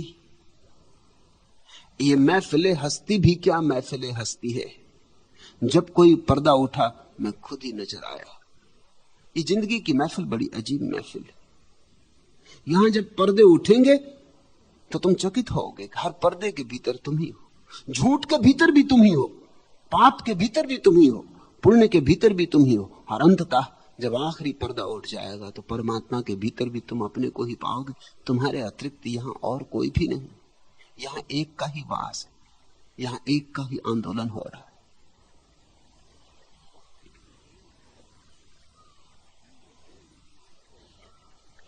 पीऊ जीव एक एक करी राखूं, सोच छवि देखी रसोरी। और जब प्रेमिका प्रेमी से मिल जाती है, जब जीव पीऊ से मिल जाता है, जब आत्मा परमात्मा से मिल जाती, जब सब पर्दे बीच के हट जाते, पीऊ जीव एक ही कर राखूं, सोच छवि देखी रसोरी। फिर रसधार बहती, फिर आनंद उमकता है, फिर फूल खिलते हैं, फिर उत्सव जन्मता है, फिर मंगल गीत पैदा होते। क्या जानिए ख्याल कहां है, नजर कहां, तेरी खबर के बाद फिर अपनी खबर कहां। पीऊ जीव एक एक करी राखो।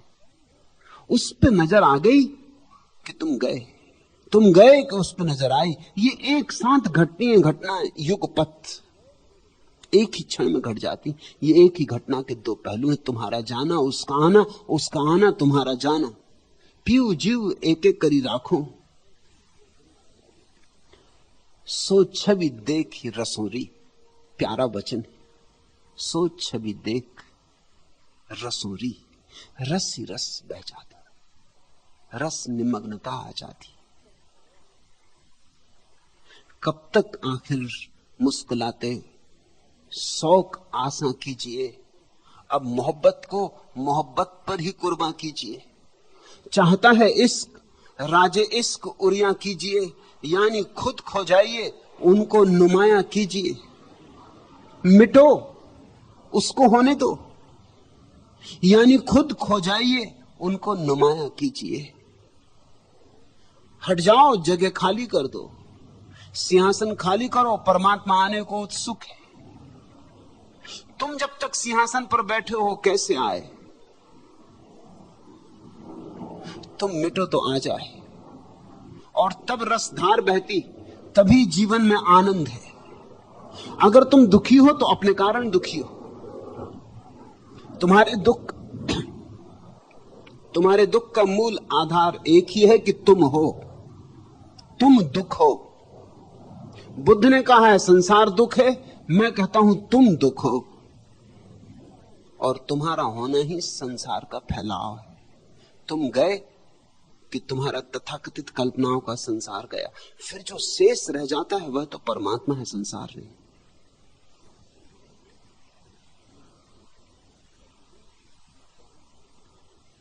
कतहूं न बहूं रहूं चरणन ढिग, मन दृढ़ होए कसूरी।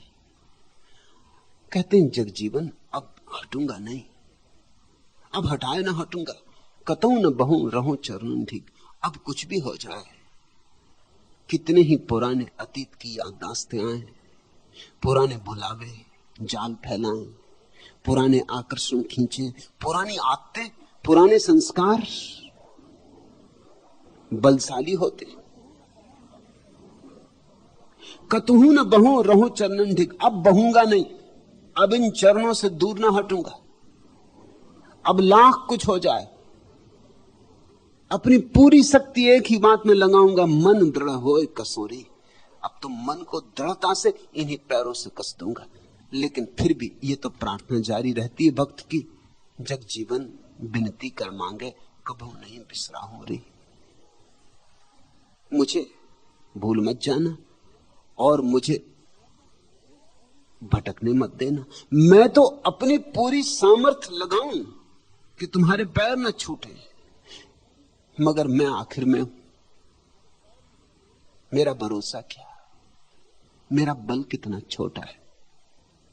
तुम्हारे सहारे के बिना मैं निर्बल हूं। तुम हो तो मैं बलशाली हूं, तुम मेरे बल हो। निर्बल के बलराम। रहूं निहारत पलक न लावों सर्वस और तजोरी। सब छोड़ दूं, सब छोड़ दूंगा, सदा तुम्हारी तरफ अपलक निहारता रहूंगा। अब और देखने जैसा क्या, जिसने उसे देखा अब और देखने जैसा क्या। रहूं निहारत पलक न लावूं, सोऊंगा भी नहीं, आंख भी न झपूंगा, सतत 24 घंटे उठते बैठते तुम्हारी याद करता रहूंगा। सर्वस्व और तजूरी, और सब छोड़ दूंगा, जो भी है सब छोड़ दूंगा। दिखाकर एक झलक सामान्य राहत जिसने लूटा था, निगाहें ढूंढती हैं फिर उसी गारत गरे जां को। और अगर कभी साथ छूट जाता है उससे जिसने सब लूट लिया, दिखाकर एक झलक सामान्य राहत जिसने लूटा था, जिसने एक झलक दिखा के सारे संसार का सब कुछ जो सोचते थे अपना है, मेरा है, लूट लिया था। निगाहें ढूंढती हैं फिर उसी गारत गरे जां को, उसी मिटा देने वाले को, उसी लूटने वाले को फिर निगाहें बार बार ढूंढती रहती। इसलिए हमने उसको नाम दिया हरि। हरि का अर्थ होता है लुटेरा, जो हर ले, जो सब छीन ले। दुनिया में बहुत नाम परमात्मा के, मगर हरि जैसा प्यारा नाम नहीं। लुटेरा, चोर, हरण करने वाला हरि लूट लेता है, मगर लूटता है वही जो नहीं है और देता है वही जो है। लूटता है वही जो भ्रांति थी और देता है वही जो सत्य है। लुटेरा है और दाता है। तू खुश है कि तुझको हासिल है, तू खुश है कि तुझको हासिल है, मैं खुश कि मेरे हिस्से में नहीं। वो काम जो आसान होते हैं, वो जलवे जो अर्जा होते हैं। साधारण काम, आसान काम। भक्त कहता है मैं खुश हूं कि मेरे हिस्से में नहीं, मेरे हिस्से में कठिन काम पड़े, मेरे हिस्से तलवार की धार पे चलना पड़ा। तू खुश है कि तुझको हासिल है, मैं खुश कि मेरे हिस्से में नहीं। वो काम जो आसान होते हैं, वो जलवे जो अर्जा होते हैं। आसूदाए साहिल तो है मगर शायद तुझे मालूम नहीं, साहिल से भी मौजें उठती हैं, खामोश भी तूफान होते हैं। ऐसे तूफान भी होते हैं जो खामोश। भक्त ऐसे ही खामोशी के तूफान में उतर जाता। जो हक की खातिर जीते हैं, मरने से कहीं डरते हैं जिगर। जब वक्त शहादत आता है, दिल सीनों में रक्सा होते। मरने का जब क्षण आता भक्त को, तब उसका हृदय नाच उठता है। दिल सीनों में रक्सा होते, दिल नाच उठते। मृत्यु को भक्त परम आनंद का क्षण मानता है, क्योंकि अपना मिटना उसका होना है। मृत्यु परम सखा है। भक्ति के मार्ग पर मृत्यु परम अनुभूति, वो उसका द्वार है। भक्ति के मार्ग पर मृत्यु होती ही नहीं। ये जीवन गया और महाजीवन मिलता है। ये छोटी सी दुनिया गई और विराट दुनिया मिलती। बूंद खो जाती और सागर मिलता है। रहूं निहारत पलक न लावों सर्वस और तजोरी। जब वक्त शहादत आता है, दिल सीनों में रक्सा होते हैं। जो हक की खातिर जीते हैं, मरने से कहीं डरते हैं जिगर। सदा सुहाग भाग मुरे जागे। और अब पता चला कि सुहाग क्या है, सुहाग रात क्या है। अब पता चला, अब तक जो सुहाग रचाए थे रचे और उजड़े, अब तक जो विवाह रचाए थे बने और मिटे, अब तक जो मिलन हुए थे केवल बिछोए की तैयारियां थी, सब क्षणभंगुर था। कोई मिलन शाश्वत नहीं था, इसलिए सब मिलन दुख दे गए, घाव दे गए। सदा सुहाग भाग मोरे जागे। अब परमात्मा से जो मिलन हुआ तो सदा सुहाग। अब सच में ही जगजीवन कहते हैं सुहागवती हो गई मैं। भाग मोरे जागे सत्संग सुरति बरोरी।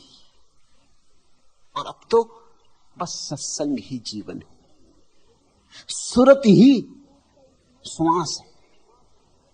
अब तो उसका स्मरण ही एकमात्र भोजन है, पोषण। सत्संग सुरति बरोरी। खुदा जाने मोहब्बत कौन सी मंजिल को कहते, न जिसकी इब्तिदा ही है न जिसकी इंतहा ही है। न तो शुरुआत है अब न अंत है अब। शाश्वत प्रेम एक ऐसी यात्रा है। सदा सुहाग भाग मोरे जागे सत्संग सुरति बरोरी। जग जीवन सखी सुखित जुगन जुग चरणन सुरति धरोरी। जुगों जुगों की आशा पूरी हो गई, जन्मों जन्मों की यात्रा पूरी हो गई, जन्मों जन्मों की आकांक्षा फल गई। चरणन सुरति धरोरी। तुम्हारे चरणों की स्मृति आ गई, तुम्हारे चरणों पर सुरति धरने का अपूर्व क्षण आ गया है। अरे ये नैयर डर लागे सखीरी कैसे खेलों में हो रही। लेकिन फिर भी डर लगता है, नाचने में डर लगता। आदत ही नाचने की नहीं। पैर जंजीरों में बंधे रहे, घूंघर कभी बांधे नहीं। जंजीरें ही एकमात्र परिचित रही हैं। अगर तुम कैदी को एकदम कैद खाने से निकाल भी दो और उससे कहो नाचो, नाच नहीं पाएगा। जो जंजीरें उसके पैर से निकल गई उनका बोझ अब भी बाकी होगा। अगर कोई आदमी 30 साल तक लोहे की जंजीरें पहने रहा है तो क्या तुम सोचते हो आज जंजीरें काट के एकदम उसका बोझ मिट जाएगा? बोझ चित्त पर हो गया है।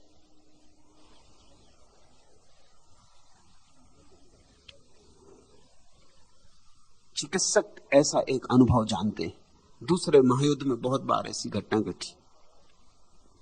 किसी आदमी के पैर पर बम गिर गया, उसका पूरा पैर छत विछत हो गया, भयंकर पीड़ा,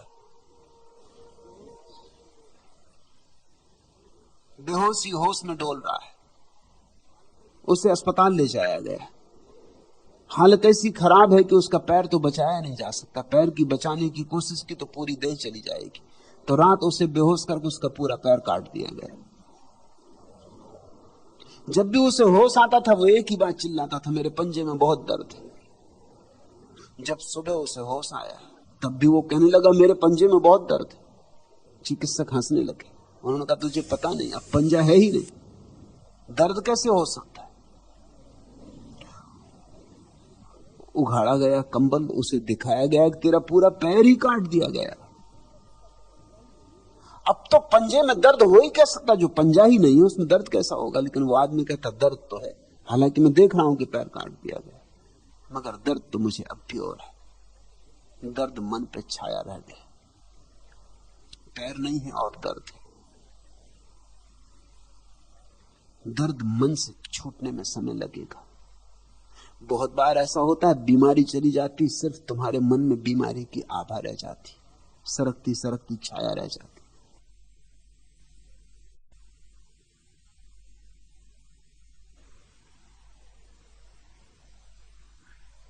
बीमारी से छूटना एक बात है और बीमारी के मन से छूटना बिल्कुल दूसरी बात है। बीमारी का मन अलग बात है।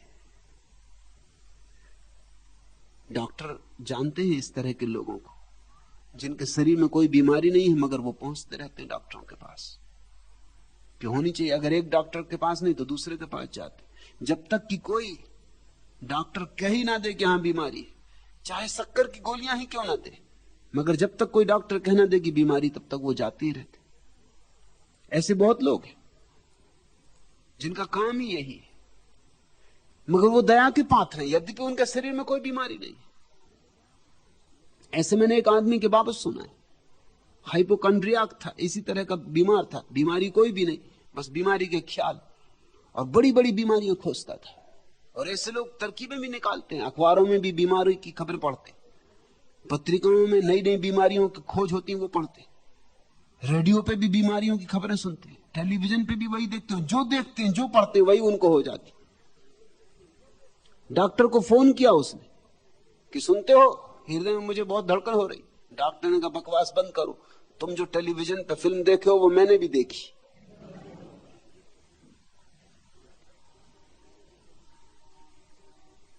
अक्सर मेडिकल कॉलेज में ऐसा हो जाता है कि लड़कों को जो बीमारी पढ़ाई जाती है वही बीमारी कॉलेज में फैलने लगती, मन पकड़ लेता।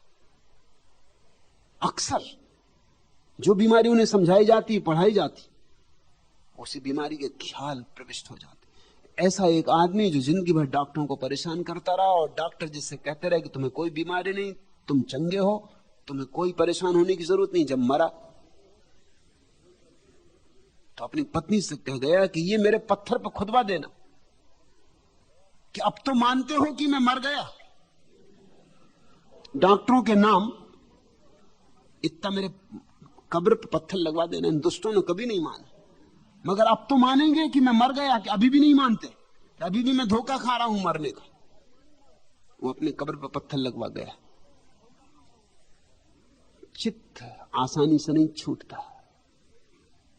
जगजीवन ठीक कह रहे हैं, ये बड़े अनुभव की बात है। होली का क्षण आ गया, फाक खेलने का दिन आ गया, भरे पिचकारी में रंग, बांधे घूंघर, गाएं गीत, उड़ाएं गुलाल, घड़ी आ गई, मगर अरी ए नैहर डर लागे, सखीरी कैसे खेलू ना होली। जन्मों जन्मों से कभी होली तो खेली नहीं, जन्मों जन्मों से रंग तो उड़ाए नहीं, गंध तो फेंकी नहीं, जन्मों जन्मों से उत्सव तो मनाया ही नहीं, उत्सव की तो बात ही नहीं जानते, उत्सव की भाषा नहीं जानते, उत्सव की शैली नहीं आती। जो कभी नहीं नाचा एकदम से कैसे नाचेगा, नाचते नाचते ही नाच पाएगा। औगुन बहुत नहीं गुण एको, उत्सव की घड़ी भी आ गई, उसने सुहाग का टीका भी कर दिया, उसने मांग भी भर दी, मगर औगुन बहुत नहीं गुण एको। मुझ में तो अवगुण ही अवगुण, गुण तो एक भी नहीं। कैसे गहूं दृढ़ डोरी, कैसे जोर से पकड़ लो इस प्रेम की डोर को। मुझे तो अपनी अपात्रता का ही बोध है, पात्रता का तो कोई बोध नहीं। मैं तो अपने पाप को ही जानता हूं, पुण्य की तो मुझे कोई खबर नहीं। किस तरह पकड़ूं इस डोर को कि छूट ना जाए। कहीं का दोष मैं देऊं सखीरी, किसको दोष दूं, सब अपनी खोरी। अब तो दिखाई पड़ता जन्म जन्मों से अपने ही दोस्त थे, अपने ही खोटे गट्ठे थे, अपने ही बोए बीज थे, वही काटते रहे। आज सुदिन भी आ गया, मगर पैर नाचना भूल गए, कंठ से गीत नहीं फूटता। मैं तो सुमारग चला चाहत हूं, मैं तो चाहती हूं कि नाचूं, सुमारग पे चलूं। मैं ते बिस्मा घोरी, लेकिन जन्मों जन्मों से बिस घुल गया। आज अमृत भी बरसा है, स्वाद भी आ रहा है, मगर धन्यवाद देने के लिए हिम्मत नहीं जुटती। अरे ए नैहर डर लागे। तुम चौंकोगे ये बात जान के कि आनंद का भी डर लगता है। निश्चित लगता है, आनंद का जितना डर लगता है और किसी चीज का नहीं लगता। दुख के तो तुम आदी हो, परिचित हो, पहचान है, पुरानी दोस्ती है, दुख से तुम निपट लेते हो। आनंद का डर लगता है। यहां मेरे पास रोज ये घटना घटती, जब कोई आदमी आनंदित होता है वो एकदम घबरा के मेरे पास आ जाता है। वो कहता है कि बहुत डर लग रहा है, ऐसा आनंद हो रहा है कि शक होता है कि मैं पागल तो नहीं हुआ जा रहा हूं। दुख में पागल नहीं था, दुख में कभी शक नहीं हुआ था। शक क्या खाक होता। दुख तो जन्मों जन्मों से परिचित है, आदत है, दुख की पाठशाला में तो जिए हैं, वहीं तो बड़े हुए। मैते बिस्मा घोरी, बिस में घुले हुए हैं, रग रग में रमा हुआ है बिस ही बिस। तो विष पीने में तो कोई अड़चन नहीं आती। जब पहली दफा आनंद के द्वार खुलते, सुराई पड़ती है उसकी टेर, उसकी पुकार, तो भरोसा नहीं आता। कैसे भरोसा आए, कैसे आए? कभी तो हुआ नहीं था, अनहुआ हो रहा है, नहीं होना चाहिए ऐसा कुछ हो रहा है। मांगा था खुद, प्रार्थना भी की थी, मगर भरोसा खुद भी कब किया था कि मिलेगा? प्रार्थना करके भी हम कहां भरोसा करते हैं कि मिलेगा? सोचते हैं शायद, शायद बना ही रहता मन में, निश्चय नहीं हो पाता। इसलिए जब पहली दफा घटना घटती तो जगजीवन ठीक कह रहे हैं, ठीक मनोवैज्ञानिक विश्लेषण, अनुभूत, विचार का ही नहीं, अस्तित्वगत।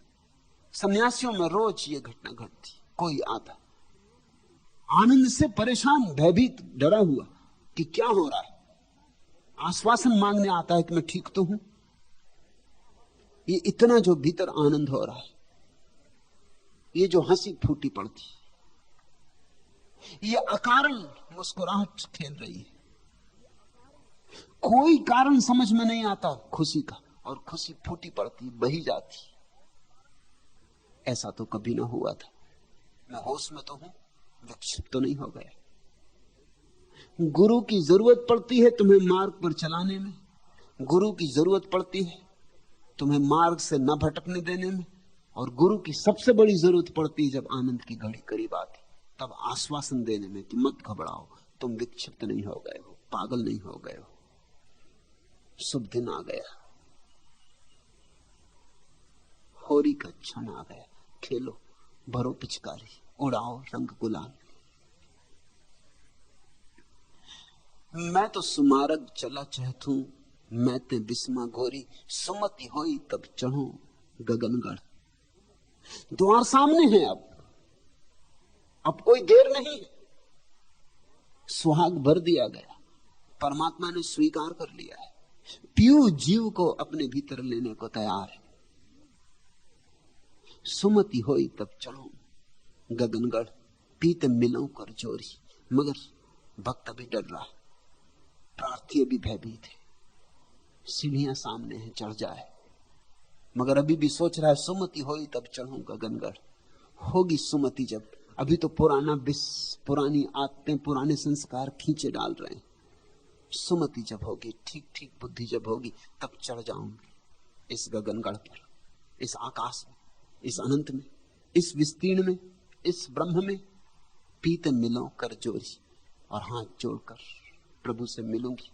अरे ए नैहर डर लागे, पर बहुत डर लगता है। यात्रा बड़ी नई है, ये आकाश की तरफ जाती हुई सीढ़ियां कहां ले जाएंगी? सीमा में रहने का आदि असीम में उतरे तो डरेगा तो। नदी जब सागर के पास पहुंचती है, भयभीत तो होगी। खलील जिब्रान ने लिखा है, जब नदी सागर में गिरती, लौट के पीछे देखती, जरूर देखती होगी। वे सब यादें, वे पर्वत श्रृंखलाएं, वे मूल उद्गम स्रोत, वे पहाड़, वे खाइयां, वे जलप्रपात, वे मैदान, वे तीर्थ, वे मंदिर, वे लोग, सारी यात्रा, सारा अतीत पुकारता होगा। लौट के नदी देखती होगी, क्योंकि सामने सागर है। सागर यानी खोना। डरती भी होगी, झिझकती भी होगी। अरे ए नैहर डर लागे, सखीरी कैसे खेलूं मैं होरी। नदी भी सोचती होगी, ये सागर से कैसे मिलूं। मिली कि गई, मिली कि सदा के लिए गई, फिर लौटना ना हो सकेगा, फिर मेरा होना ना हो सकेगा। सिकुड़ती होगी, सकुचती होगी, झिझकती होगी, लौट पड़ना चाहती होगी, पुरानी आदतें, पुरानी स्मृतियां वापस खींचती होगी। सुमति होई तब चढ़ो गगनगढ़, पीते मिलो कर जोरी। ये झिझक तो आती, मगर झिझक रोक नहीं पाती। डर तो लगता है, लेकिन सामने खड़ा स्वाद इतना गहन है कि सब डर के बावजूद चढ़ ही जाता है आदमी गगनगढ़। सब भयों के बावजूद ये प्रेम का खिंचाव ऐसा, ये आकर्षण ऐसा है कि भूल के सब अतीत को छलांग ले लेता है भविष्य के अज्ञात में। भीजो नैन चाखी दर्शन रस, प्रीति गांठ नहीं छोड़ी। आंखें भीगी जा रही, भीजो नैनन चाखी दर्शन रस, दर्शन का रस आंखों में उतर रहा है, सब भीगा जा रहा है, सब आर्द्र हुआ जा रहा है, सब रस लीन हुआ जा रहा है। भीजो नैनन चाखी दर्शन रस, प्रीति गांठ नहीं छोड़ी। अब चाहे कुछ भी हो, भय तो बहुत लगता है, मगर ये प्रेम की गांठ नहीं छोड़ू, नहीं छोड़ूंगी। भय तो बहुत लगता है। ऐसे ही समझो, जब नई दुल्हन विवाहित होकर जाने लगती नैहर से, मां के घर से जब जाने लगती पति के घर की तरफ, तो लौट लौट के नहीं देखती, जार जार नहीं रोती। इसलिए नैहर शब्द का प्रयोग किया। अरे ए नैहर डर लागे। जहां जन्मे, जहां बड़े हुए, जिन सखियों के साथ खेले, जिन माता पिता की छाया में बड़े हुए, सबको छोड़ना पड़ रहा। अरे ये नैहर डर लागे। मगर फिर भी रोते रोते भी, मगर फिर भी बैठ जाती डोली में। बैठना ही पड़ेगा। अतीत का भय भविष्य के प्रेम में बाधा नहीं बन सकता। जाना ही पड़ेगा। रोते रोते तो रोते रोते सही, भयभीत तो भयभीत सही, जाना तो पड़ेगा ही। ये नृत्य की घड़ी आ गई, नाचना तो पड़ेगा ही। नहीं आता नाच तो कोई फिक्र नहीं, नहीं जमेंगे पैर आज, कोई हर्ज नहीं, नाचना तो पड़ेगा ही। अब कोई बहाने काम ना आएंगे। डोली द्वार पर आ गई है, चढ़ना तो होगा ही। भीजो नैनन चाखी दर्शन रस, प्रीति गांठ नहीं छोड़ी। अब छोड़ भी नहीं सकती हूं प्रीति की गांठ को, कितना ही लगे भय। रहो शीश दे सदा चरण तक। अब तो अगर शीश भी देना पड़ेगा तो दूंगी, भय लगे तो लगे। रहो शीश दे सदा चरण तर, हो ताही की चेरी। अब तो उसकी ही सेवा में, उसकी ही दासी होकर रह जाऊंगी। जब जीवन सत सेज सूती रही, अब तो सेज तैयार है पिया की। और बात सब थोड़ी, और बाकी सब बातें व्यर्थ हैं, थोथी। जाना तो होगा ही, सेज तैयार हो गई। पिया मिलने को आतुर, उसका बुलावा आ गया। आंखों में उसका रस भर आया, हृदय उसको अनुभव करने लगा। सामने सीढ़ियां हैं, डोली द्वारा लगी। आई अरे ए नैहर डर लागे, सखीरी कैसे मैं खेलूं हो रही, मगर खेलनी ही होगी। शुरू शुरू कुशलता ना होगी, पैर इधर उधर पड़ेंगे। शुरू शुरू वाद्य ठीक ना बजेगा, शुरू शुरू छंद ठीक ना बैठेगा, फिर बैठ जाएगा। मगर अब सब चिंताएं छोड़ छलांग तो लेनी ही है। जग जीवन सत सेज सूती रही, और बात सब थोड़ी। अब तो उसके बिना जिंदगी व्यर्थ है। यूं जिंदगी गुजार रहा हूं तेरे बगैर, जैसे कोई गुनाह किए जा रहा हूं। ऐसी भी एक निगाह किए जा रहा हूं मैं, जर्रों को महरो माह किए जा रहा हूं मैं। मुझसे लगे हैं इसकी अजमत को चार चांद, खुद हुस्न को गवाह किए जा रहा हूं मैं।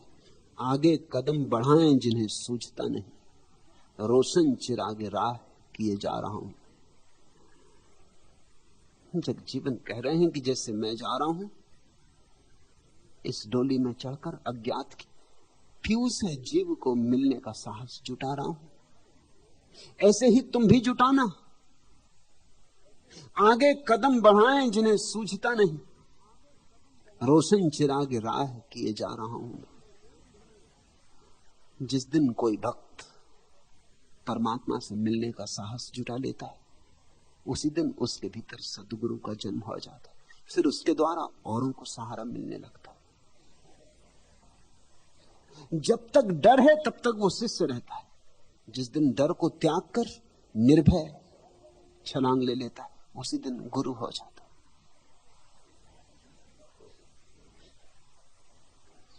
एक सदगुरु के पास एक सदगुरु पैदा हो सकते हैं। एक दिए से अनेक दिए जल सकते हैं, और फिर प्रत्येक दिया अनेक अनेक दियों को जलाने का कारण बन सकता है। ये सारी पृथ्वी दीपावली हो सकती है, ये सारी पृथ्वी गुलाल से भर सकती, रंग से भर सकती। मगर बड़ी से बड़ी जो बात है वो है सारे भय छोड़कर अज्ञात की यात्रा पर निकल जाना। आगे कदम बढ़ाएं जिन्हें सूझता नहीं, रोशन चिरागे राह किए जा रहा हूं। ऐसे ये प्यारे वचन थे जगजीवन के। इन्हें तुमने सुना, गुनना भी। इन्हें तुमने सुना, जीना भी। और इनसे तुम्हारे भीतर छिपे चिराग प्रकट होंगे, बंद पड़ी कलियां खिलेंगी।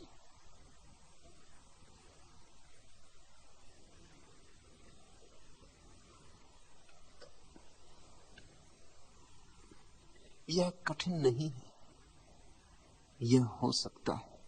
जैसा एक को हुआ वैसा सभी को हो सकता है। जो एक मनुष्य के जीवन में घटता है वो सभी का अधिकार है। अरे मैं तो के रंग की, अरे मैं तो नाम के रंग छकी। तुम भी छको, मगर पियोगे तो ही छकोगे, जियोगे तो ही छकोगे। ऐसे छको कि तुम्हारे ऊपर से बहने लगे, ऐसे भरो कि तुम्हारी प्याली से औरों की प्याली में बहने लगे रस। जलो, औरों को जलाओ, भरो, औरों को भरो। वही व्यक्ति धन्य है। फिर तुम भी कह सकोगे, सदा सुहाग भाग मोर जागे, सत्संग सुरति बरोरी, जग जीवन सखी सुखित जुगन जुग, चरणन सुरति धरो। रंग रंग चंदन चढ़ाऊं साईं के तिलार ले, मन में पुहुत माल गूंथ के सो लेके पहराऊं रे।